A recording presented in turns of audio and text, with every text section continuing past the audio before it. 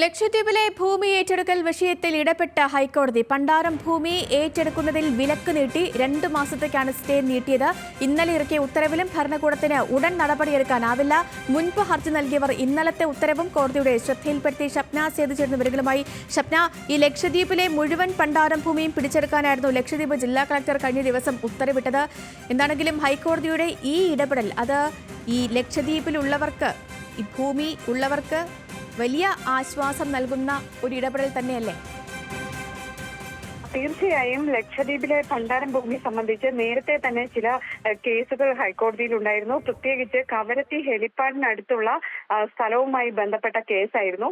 ഈ കവരത്തിയിലെ ഈ ഭൂമി സംബന്ധിച്ചുള്ള കേസ് നേരത്തെ തന്നെ കോടതിയുടെ പരിഗണനയിലെത്തുകയും കോടതി ഈ പണ്ടാരം ഭൂമി ഏറ്റെടുക്കുന്നത് സ്റ്റേ ചെയ്യുകയും ചെയ്തിരുന്നു. ഈ 26-ാം തീയതി വരെയായിരുന്നു ആ സ്റ്റേ ഉണ്ടായിരുന്നത്. തുടർന്ന് ഈ ഹർജി ഇന്ന് പരിഗണിക്കുമ്പോൾ ഹൈക്കോടതിയുടെ ശ്രദ്ധയിൽ ഈ കഴിഞ്ഞ ദിവസം ജില്ലാ കളക്ടർ ഇറക്കിയ ഉത്തരവും ഹർജിക്കാർ ഹാജരാക്കി. ഈ പണ്ടാര ഭൂമിയായ ഭൂമി പിടിച്ചെടുക്കാൻ പല ദ്വീപുകളിലെയും കവരത്തി, അഗത്തി പോലുള്ള ജനവാസ മേഖലകളിലായ ദ്വീപുകളിലെ ഭൂമി പിടിച്ചെടുക്കാൻ ജില്ലാ കളക്ടർ ഉത്തരവിറക്കിയിരിക്കുന്നു എന്ന് കോടതിയുടെ ശ്രദ്ധയിൽപ്പെടുത്തി.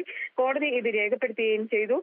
നേരത്തെ ഉള്ള സ്റ്റേ 2 മാസത്തേക്ക് കോടതി നീട്ടിയിട്ടുണ്ട്. ഏതായാലും ഈ ഇന്നലത്തെ ഉത്തരവിലടക്കം ഉടനടി ഒരു നടപടിയിലേക്ക് പോകാൻ സാധിക്കില്ല എന്നതിന്റെ സൂചനയാണ് ഹൈക്കോടതിയിൽ നിന്ന് വരുന്നത്. ഏതായാലും ലക്ഷദ്വീപ് ജനതയെ സംബന്ധിച്ച് വലിയ ആശ്വാസമുള്ള ഒരു വിധിയാണിത്.